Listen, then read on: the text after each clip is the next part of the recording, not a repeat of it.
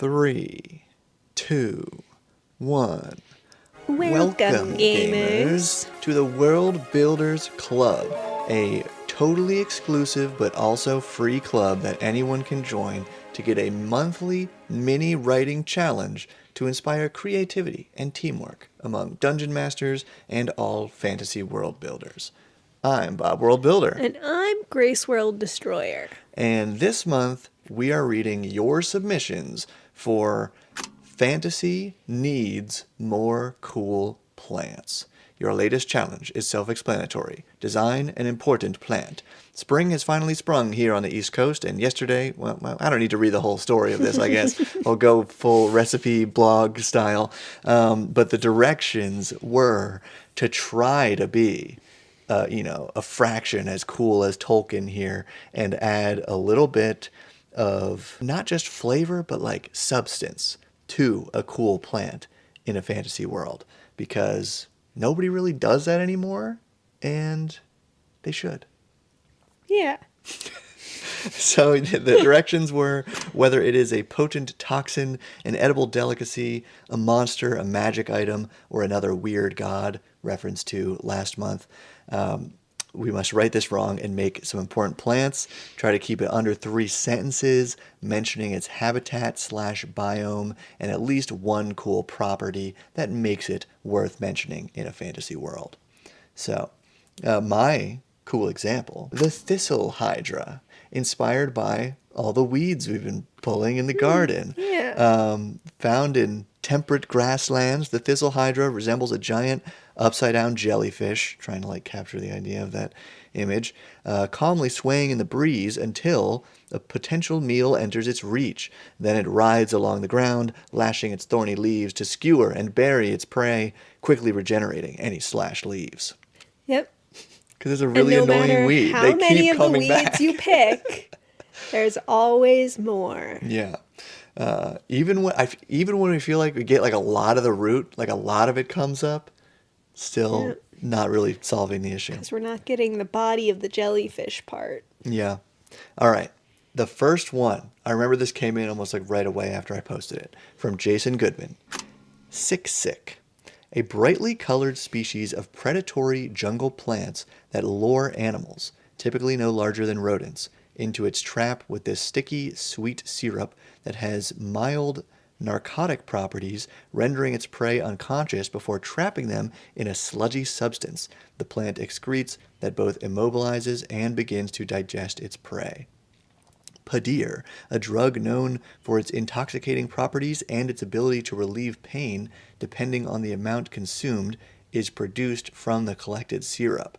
The remaining molasses-like syrup containing trace amounts of the drug is combined with a local wine and number of other botanicals, then distilled to create a liquor that features a potent and complex bittersweet flavor. Fruit Yummy. and peppery notes being the dominant flavors that leaves the imbiber's lips and tongue slightly numb following consumption.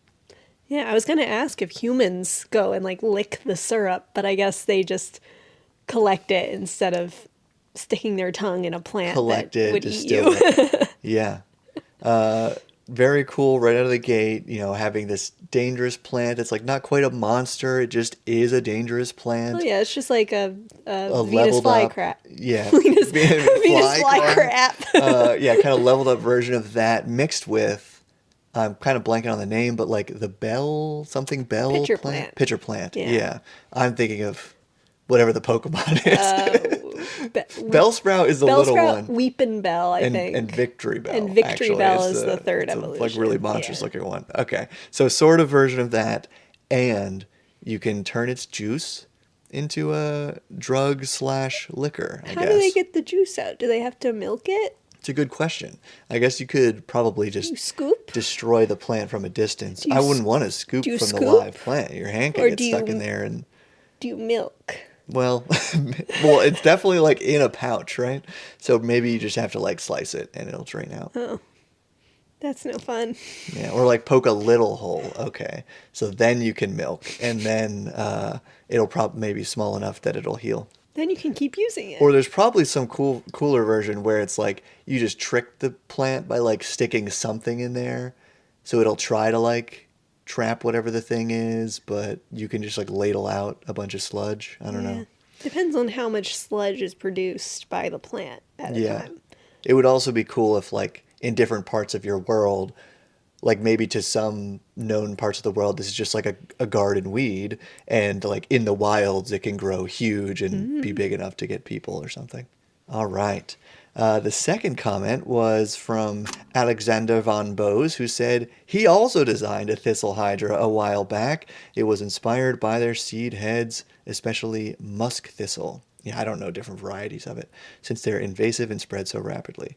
In his version, when a head is cut off, it can choose to let the head root and turn into a seed head, which explodes a few rounds later Hmm. and births a brand new single-headed hydra. The original doesn't regenerate, but suddenly the players can be fighting more hydras than they bargained for. So Oh, kind of a interesting. So instead of just the head, it grows a whole new, yeah, but a like a new mini guy, a version. whole other guy. Yeah, yeah. My reply to this was like it's more like a like splitting an ooze or Yeah. something than like traditional hydra, but kind of cooler in that way. Makes more sense for a plant, in That's fact. cool. Like an opposite Hydra. I think that would be really fun. Yeah.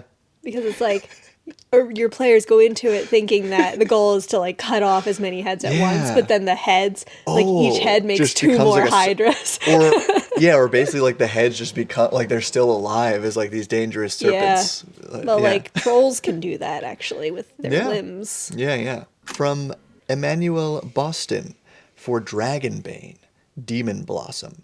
Grows in any region slash biome, but only where demon blood has been spilled. The dark crimson flower resembles a rose, but its petals turn outward like wings, and the thorns move along the stem to hunt the insects that crawl on it. The buds can be harvested for a potent psychological poison, but it requires a blade crafted or blessed by dragons to harvest. I don't know that much about the lore of Dragonbane, so is like having a dragon bless your weapon a thing in that? I think it is very much like dragons versus demons because that's like Oh. the one thing I know is like on the D20, if you roll a 20 because that's bad, it's like a little demon head, and I Mm. think a 1 is a dragon. So yeah, I think they are some kind of polar opposites in the lore of that world. And so somebody commented here, imagine having to get your lawnmower blessed by a dragon in order to mow your lawn. Well, maybe you shouldn't pour so much demon blood on your lawn. Yeah, wait, why are there demons dying all over your lawn? I mean, maybe if it's literally the lawn of like a castle or something. What? So it said that the thorns hunt insects on the stem. Yeah, the thorns move along the stem to Do they hunt like insects that crawl on stab? it. Do the needles or the thorns independently stab That's what I'm ants? picturing. Yeah, or like maybe they're really small, and then if a bug like climbs on And it, they it shoot like out. pierces Yeah. through. Kind of basically like a little little dungeon for a bug, little spear trap. Yeah, or like if you try to pull it like grab it by the Oh stem, it would God. just like shoot Yeah, out like and all the impale your thorns hand. would just like That's pretty lurch over to awesome. you. Yeah. Another comment here said, that's really cool. Makes me think of Grom's blood from the Warcraft universe. I like the idea that demon blood makes even plants evil. Yeah, I'm not familiar with Warcraft, but someone can shout out in the comments what Grom's blood is. Explain the lore, please. Okay, a lot of comments on this next one from Leo Elbamouth. Shrome. Tall, red, blue, and purple, house-sized mushrooms, structurally rigid with softer, sacrificial sections that tap directly into the taste centers of the brain Whoa. to re-trigger the memory of your favorite food. The sections make the perfect home for tunneling animals, which is perfect because once they've eaten the shroom, they feel a strong affinity towards it and wish to protect it against others. A shroom that makes you its friend, Yeah, whether you want but to it or not. makes you its friend.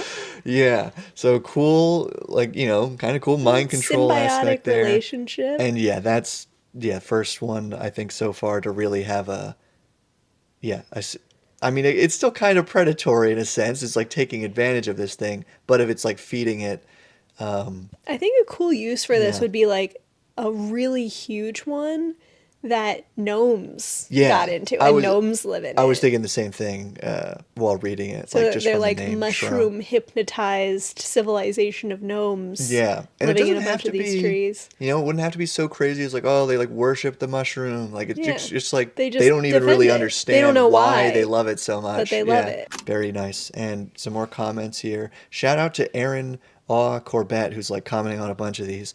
A badger's shrome is his castle, also a way to help people who became vegan still get the taste of steak. Rick Rogers says this is excellent. Clearly, several types of creatures are going to have evolved to exploit the Shromes as their ideal home, leading to Shrome invasions and Shrome wars, which would be interesting. Also, imagining like little animal scale, like fighting over these different mushrooms or something. Yeah, the Maybe purple fairies. shromites versus the blue shromites. Yeah, it'd be a like what did I just read? This was a vagabond module, I think, where in the dungeon there are like two factions of gnomes, and it's like the red caps and like the scarlet something, and it specifically says that to any outsider, like you cannot tell the It's the difference between same. these groups. But okay. Adam Brogdon said, I love this idea. I can picture a gnome who finds a new home, inviting his family and friends over to feast and carve out a 4-bedroom home at the same time. Would a Shrome Wrecker be another phrase for a messy eater? Shroom home for a gnome. We all had the same idea, Yeah. and it's specifically gnomes. Because it's a good Like idea, it could have been and it rhymes halflings with or gnome. fairies, but yeah. Okay. Oh, and here's Aaron's comment. So, the tree of life. This massive tree produces large golden gourds, which, when juiced, act as a restorative, reduce fatigue levels by half, minimum one. However, if watered with the blood of slain mortals, the gourds take on a mauve coloration with the vague suggestion of the victim's face. When juice from these fruits is consumed, the drinker gains the benefits of the victim's abilities. Victims' ability scores are added up and form a pool of points that can be used as a point-buy system to increase the imbiber's attributes. Wow, very evil. Yeah, and very powerful. So it's like if you're just down to murder people and have access to one of these trees, you could like become very powerful very fast. Yeah, that's a good way to steal godhood. Yeah, and I guess it's also if you're killing powerful people. Yeah. Yeah. I would But the more powerful people you kill, the more powerful you get yeah. by, yeah. So, Because I'm thinking just as like a mechanical note, this doesn't mention a particular game, but if it's like ability scores being added up to form a point pool, that's crazy. If it's like modifiers, thinking of D&D, that I yeah. feel like is It more seems more like something sustainable. you would have a villain be using than the party Totally. themselves. Totally. And then also, I love the idea of like this thing would have to be protected to prevent people from turning it into that, and Yeah.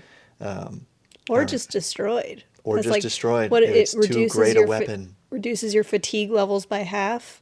That's not really worth having around Yeah, when it depends. it's the possibilities of evil occurring It because does of it seem are like the so high. possibility of evil really outweighed. But also, I guess it's like you could use this for good too, if like. But it's the kind of thing that someone would probably be likely corrupted by this level of power Yeah, they're yeah. quickly attaining. And I think even if you were watering it with the blood of evil creatures, I think There's still something evil about yeah, and that. if it's like you're getting abilities from them, how would you not also be getting some Yeah, bit sure. of their Some of their personality? nature. Yeah. Yeah.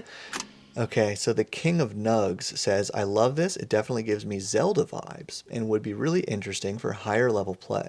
Totally going to throw this in my game if you don't mind. That's exactly what it's for. I give you No, permission you're to not do that. allowed. Okay, and they did reply, go ahead. I truly horrified my players when someone tried to feed them to this tree. Yeah. Another comments here. Nice, like the thought of being served a dead player. And here's Bob's gourds to enjoy. Oliver from Jorgensen says, I have a few of these. I really do not think there are enough cool fantasy plants out there. You're correct. That's not a feeling. You're correct. So this is very nice to see. The most fleshed out one is this. Graveweed. A small plant with deep green stalks and purplish petaled flowers. Think like spring onion. like a spring onion elderflower hybrid. It grows in nutrient-dense environments, such as graveyards and old battlefields. It is usually considered a weed, but it is often left alone since it can be used for different restorative potion recipes. The stalks are slightly toxic, but the flowers can be used for potions of lesser and greater restoration along with other ingredients. Its roots are very toxic, but when handled right, they can be used for something I haven't decided on yet. A little help would be greatly appreciated. Okay, so the stalks, potions of restoration. The Yeah, and are roots, slightly toxic, but can be. Oh, but the flowers can be used for potions. Sorry okay, if I and the mentioned that. roots are highly toxic. Right. When used correctly, what do they do? I mean, poison is the obvious one because, like, they're Yeah. already poisonous. Yeah, but if it's something, yeah, I feel like it should be having some more other positive effect. Maybe, I don't know, I'm trying to tie it back to the name graveweed. Can it, like, maybe it is able to, like, protect a grave site to some Yeah, degree? it's like, has the effect of, what's it called? The spell when you protect a body against, like, becoming undead. Yeah, I know what you're talking about, but yeah. Can't remember the name of the spell. Yeah, something like that, that, like, stops you from becoming a zombie. Oh, that's actually soup. Yeah, that's great. Yeah. Like, I don't know. I don't And so, something about the toxicity of this plant, yeah, prevents whatever like natural, like not necessarily necromancy, but like it prevents any kind of natural undead that yeah, thing like from it happening. embalms you in a weird Oh, way. yeah. And so having it grow in battlefields and in graveyards is actually beneficial because it prevents these like Yeah. zombie outbreaks. Maybe there's some kind of fungus, like The Last of Us, I think, is this. Like the zombies are mushrooms. So maybe in this world there's something like that, and these roots are poisonous to that other plant. Yeah. I And really so like it's that idea. planted in graveyards and on battlefields to prevent that from happening. Yeah. And it's like I'm also thinking there would be some like deeper lore about this, about how like why this flower was given to the people of some land from a deity or a very powerful creature, like to prevent some great undead war from happening Yeah, again. like the influence of Yeah. Zuktmoy. Yeah. And maybe these plants are also a gift from a demon because demons all hate each other. So Yeah. I'm trying to. Could that connect to the demon blood lawn? I don't know. Okay. Jason Goodman says if you wanted to be slightly real world grounded, the line between pain relief and poison is a fine one, and it could create some tension in the world if it's excellent at handling pain that nothing else will touch, but it's tricky to process, so there's a lot of poisonings. or it's highly addictive. Right, yeah. Okay. Austin Bruggeman says silverleaf, a fairly common shrub that grows in grasslands and prairies, whose leaves tend to catch and reflect morning sunlight to give the plant its peculiar silvery sheen. The flower buds can be used as an ingredient in potions of healing. Low-level potions of healing commonly use a silver leaf-based recipe. And boiling the leaves also produces an invigorating effect that restores energy when consumed and bolsters the body's immune system to accelerate recovery. As such, in places where the herb grows, silverleaf tea is a common household remedy for illness, and dropping a few leaves in a soup's broth is supposed to bring good luck in times of hardship. You guys just put leaves from outside in your soup? Nasty. Totally normal. This one just kind of feels the most like Tolkien to me so far, just because of how like pure the concept is. Yeah. Silver, like it's like inherently good because not only is it beautiful, but it just offers this like But unambiguously positive effect. what happens if it gets too shiny and you look at it? Then you're addicted to it. And you Does have to it protect blind this you? plant with your life. I would also. I want more evil plants. We have a I'm lot of sure we'll healing get there. plants. I want more evil I'm ones. sure we'll get there. I'm also thinking this would be like a cool, like, some kind of elven or fairy settlement has found a way to fashion silverleaf into like weaponry or something.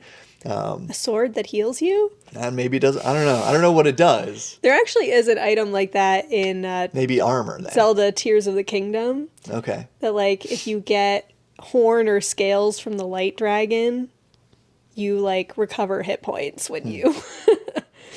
But yeah, like having this like patchwork around your armor. So like if you're cut, it could be like auto healing you or something.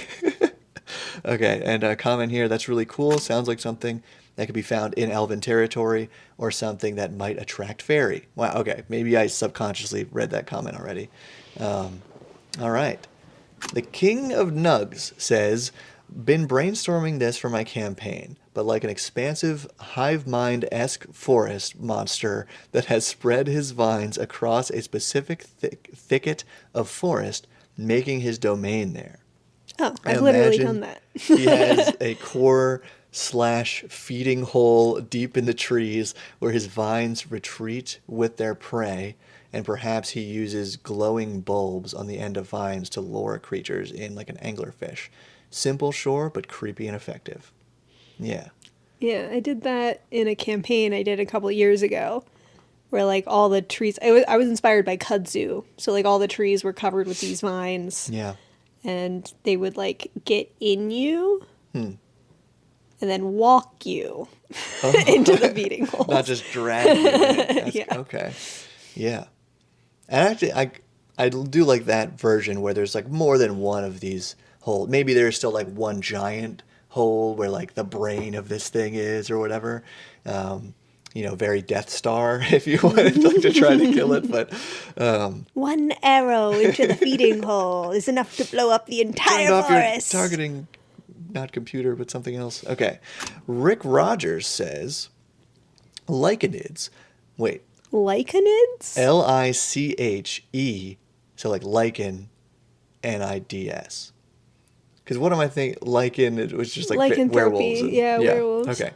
So lichenids, but different. Lycanthropy. Are form-shifting humanoids born of algae, a mycelium, and a meta-yeast, glowing faintly as they move and whispering in eerie harmonic tones and whistles beneath the earth. They cultivate luminous lithodi, ley-fed gardens, I think like, as in ley lines, rich in arcane energy and rare minerals, while colonizing the Underdark quietly, but inexorably, through crevices in the stone. Drawn to the world's strongest ley nodes, they siphon the magical energy that communities above depend on, forcing a choice. Exploit the living wealth of this colony, who will fiercely defend themselves, or negotiate with these alien collective creatures. Do they have the power to transform into a patch of lichen at will? Kind of sounds like they do, because it's something about like traveling through cracks. Yeah. So they must be able to... Yeah, I almost like forgot that they were humanoids there in the first line. Yeah. Are they man or human? Or are they dancers? Fungi, baby. Not plant, not animal. Something different. And also this being... Okay, yeah, like lichen is actually plant and fungi. So, crazy combo. Yeah, like there's a lot to digest from this one. But I love the idea of something, growing more prominently in, like around a magical environment, feeding off of natural magic of the land. But it's interesting, like, do they just make the world less magical? If you kill them, does the magic come back, I wonder? Yeah, like, is it a world where magic has slowly been disappearing and nobody really knows why, and then one day a bunch of adventurers go into a cave and they find these things eating all the magic. Yeah. And then maybe they kill them and suddenly, like, people up on the surface can cast spells again. Yeah, and I'm now understanding the last line. So this, like, forces the choice, exploit the living wealth of this colony. So it'd be like, they are magical still. Yeah. And you could hurt or do something to these lichenid humanoids to have access to magic again. But they will fiercely defend themselves, or you negotiate with them. Interesting. Okay. Moving on to Morse. And this looks like a long one. Lamb's Heart. Delicate, waxy, heart-shaped leaves coated in a fine, curly silver wool. Grows low to the ground in the shade of great-maned lion's head bushes. It is the main food source for several herbaceous prey species native to magical forests. Fables tell us that lamb's heart creates a powerful restorative potion, but only for those whose intentions are pure. For those of ill intent, it creates a bitter poison. Fanciful indeed, but skilled herbalists know its secret. When picked with a gentle hand, snipped below a nodule of the fragile stem, and stewed at low heat, the silvery wool loosens from its follicles and dissolves, where it can be strained out into a powerful healing potion, superior healing, or system equivalent. However, if the waxy seal of the leaf breaks before the stewing begins, the low-grade paralytic within will react to the air, redoubling its strength many times over. Related, rangers note that small game animals found near lion's head bushes should not be eaten, for they may cause illness. So is it true that it heals the good and poisons the evil, or is that just a folk tale? Yeah, it says fables tell us Okay, that. okay, So yeah. I So think that is more the it's the just myth. about how you if you're just grabbing it, then you are not pure of heart and it poisons you. But if you carefully trim it, Yeah, you are pure of heart. yeah, and I also love that idea of these people who have carried on this tradition and that knowledge and know how to like respect this plant and use it properly are considered more pure of heart or whatever. Yeah. But then the animals are just eating it, so they're just getting the paralytic poison, I guess. Maybe, yeah. Maybe And I like maybe the that. specific animals that eat it have like an immunity, but then if you eat their meat, Yeah. yeah. And that's just a cool note too, because it's so far, I don't know, that stood out to me. A creature approaches.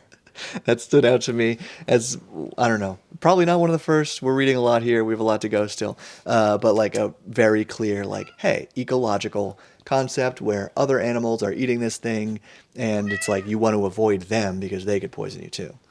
Did you just get a meow on the mic? Yep. Nice. What Squeaks, else? what do you have to say about that? She agrees. Okay. This next one comes from Tom Trustworthy. But something about this guy, I don't know. All right. Master/Mistress Oak. A monstrously large oak tree found deep in a temperate forest. If travelers stay in the area near or within the oak's roots, it will curiously reach out for any long-handled weapons the party may carry because it is worried about logging in the area. If this is noticed, the group can converse with the oak and potentially be kicked out of the forest or receive a boon to a long-handled melee weapon. Oak Cane Boon. The weapon now resembles a gnarly old walking cane. When traveling and out of combat, once a day, the gnarled cane will magically produce an acorn that will fall off once sunlight falls upon it. The weapon's look and stats will revert back to the original weapon when combat begins. That's cool. Just like a disguised... Oh, okay. Cat's puking. That's what's happening. That's why she made a weird sound. And really getting distracted during this one. But overall, I like how it's, kind of minor, like magical weapon property. And also the idea of you can talk to this tree. Talking tree. That might be the first talking tree so far. That's a plus for me. And Is the you got magical something? effect just that it looks like a cane? Does it get any, like... It also makes an acorn once a day. But what does the acorn It doesn't. I don't do? think it does anything. I did check that again. Yeah, the cane will magically produce an acorn that will fall off once sunlight falls upon it. Yeah. So it's just like you Okay, can. I You guess have it this just weapon. grows the forest.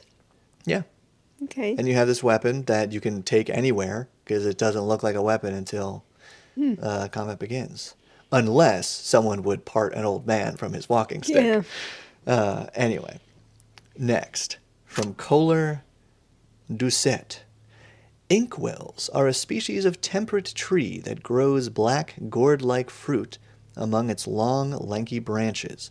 The juice of these fruit, that many scholars also refer to as inkwells, which has also led to much confusion among taxonomists and ecologists, is prized by wizards and other practitioners of the arcane due to it being perfectly suitable for scribing in esoteric texts, such as spellbooks and spell scrolls.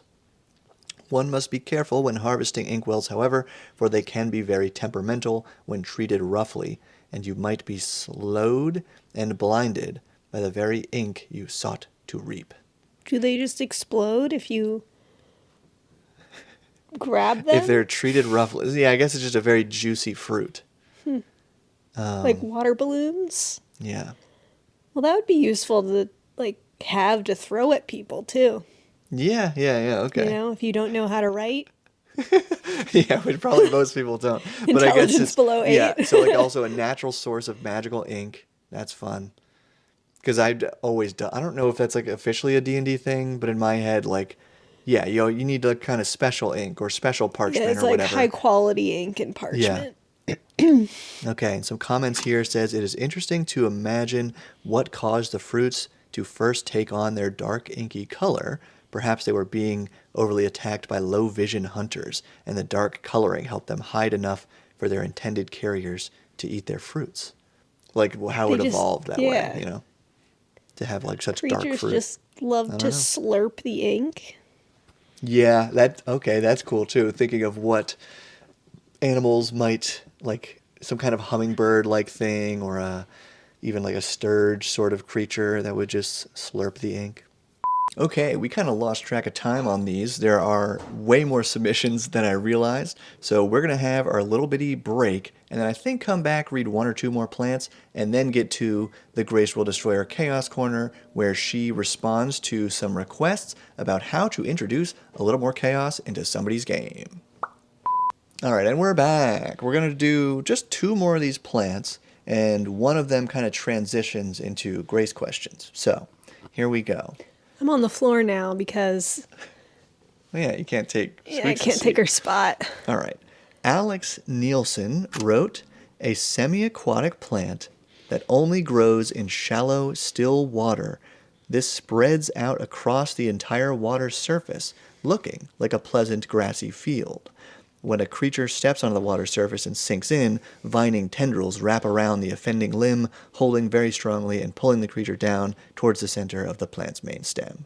When/if the creature is successfully dragged to the center, the plant's tendrils squeeze harder and harder, potentially causing death or the loss of blood flow to a limb, and the plant feasts on any rotting flesh left behind. So it's a sentient bog. Yeah, and I really like this one just stood out to me among the others. I was kind of skimming here because yeah, first aquatic plant as somebody else commented. Yeah, just that idea of it almost being an illusion, like a non-magical illusion of this field that is actually a surface of water, but is indistinguishable from it. I think it would be cool if like the plant has properties like maybe it tastes really good and people have to go out into the middle and like Oh, yeah. hunt it.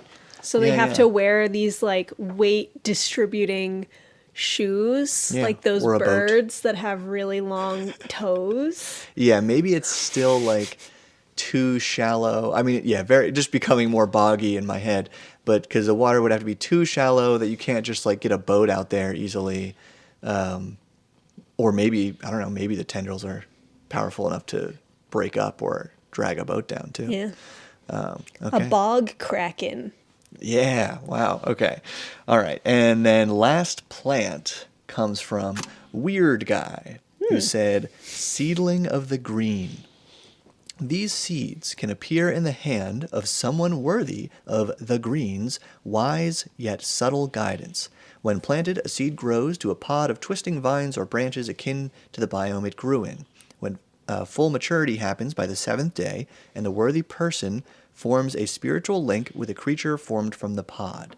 The seedling maintains its environmental aesthetic, but otherwise appears as anything from a small humanoid, animal, or some undefined or even gently shifting makeup. It acts and behaves with a deep wisdom, constantly aware of its surroundings and offering quiet insights on any situation. The seedling can communicate effectively through gesture, but can emit surface thoughts to its companion. Any magic that allows communication with plants reveals a thoughtful, soft-spoken voice with a respectful and endearing tone. Is this a Pokemon? Maybe. Is this a druid familiar? Yes. Familiars should have more permanence in RPGs, and I'll die on this lush green hill.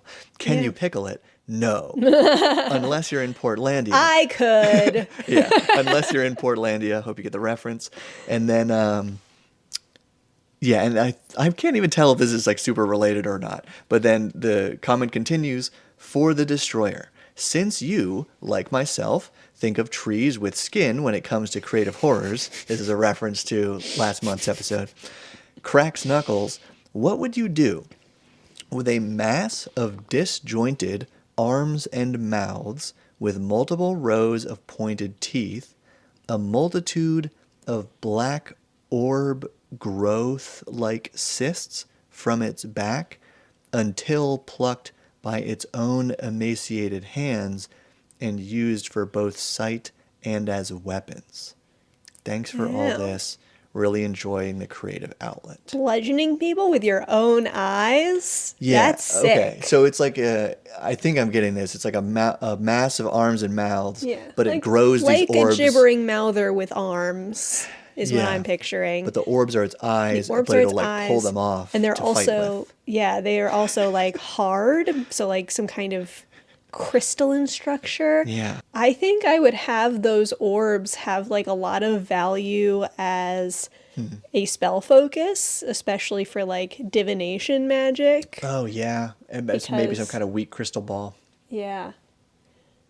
Weak crystal ball? I think it's a strong crystal ball. Well, if there's a lot of them Because it's on one of actually these an things, eye.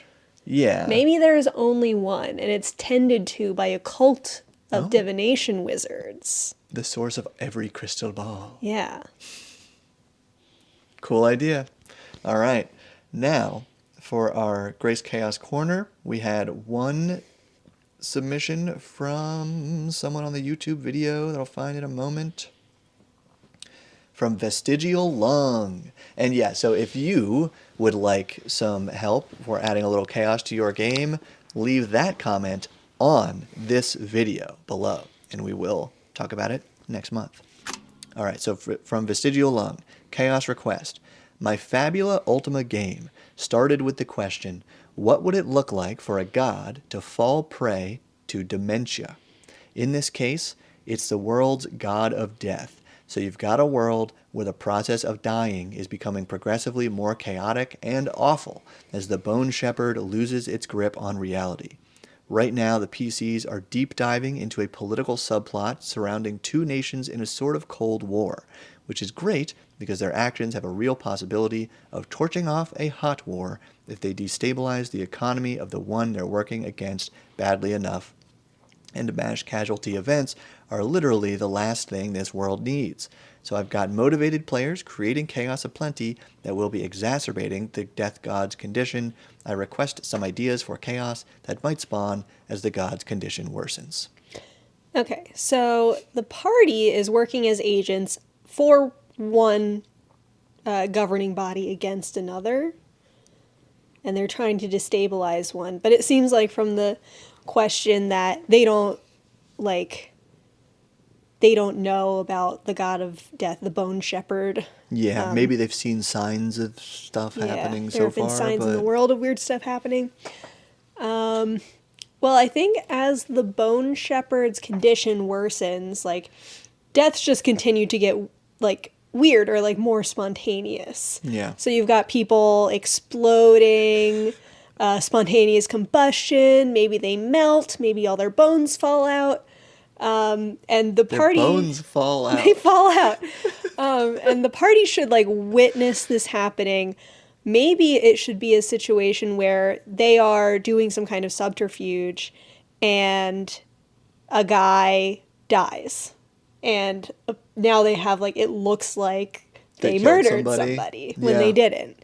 And that could be their first exposure to, like, there's something, like, going with death right now. Yeah, I'm thinking if it could be like like for some of this, it's like a proximity based thing where like, oh, this really old guy supposed to die, but for whatever reason, when he's just like out on his what would have been his last like shopping trip, some random healthy person near him just drops dead, Yeah. sort of situation. Okay. And as for, like, the mass casualty, event. Well, I think what could happen is one of the rulers dies suddenly because of this.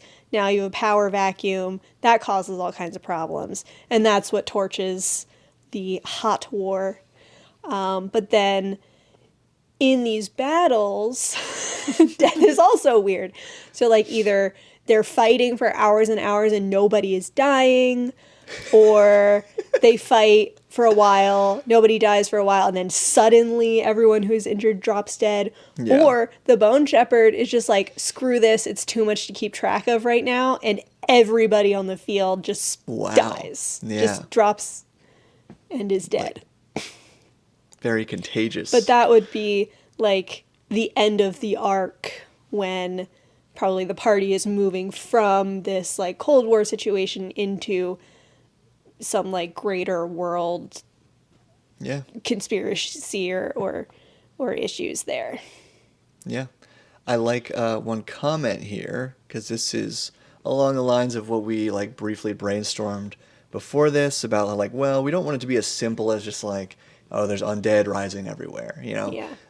So there could be weird things where people are coming back to life because they're not necessarily undead. The god of death is like, oops, made a mistake, better fix that. Yeah. So like they bring that person back to life and the other person who was supposed to die. But someone dies. said here, what if the souls of dead organisms, and also actually like to pause there, I like that it might not just be humanoids, get resurrected into the wrong bodies / minds, even if they're already alive and have a soul of their own.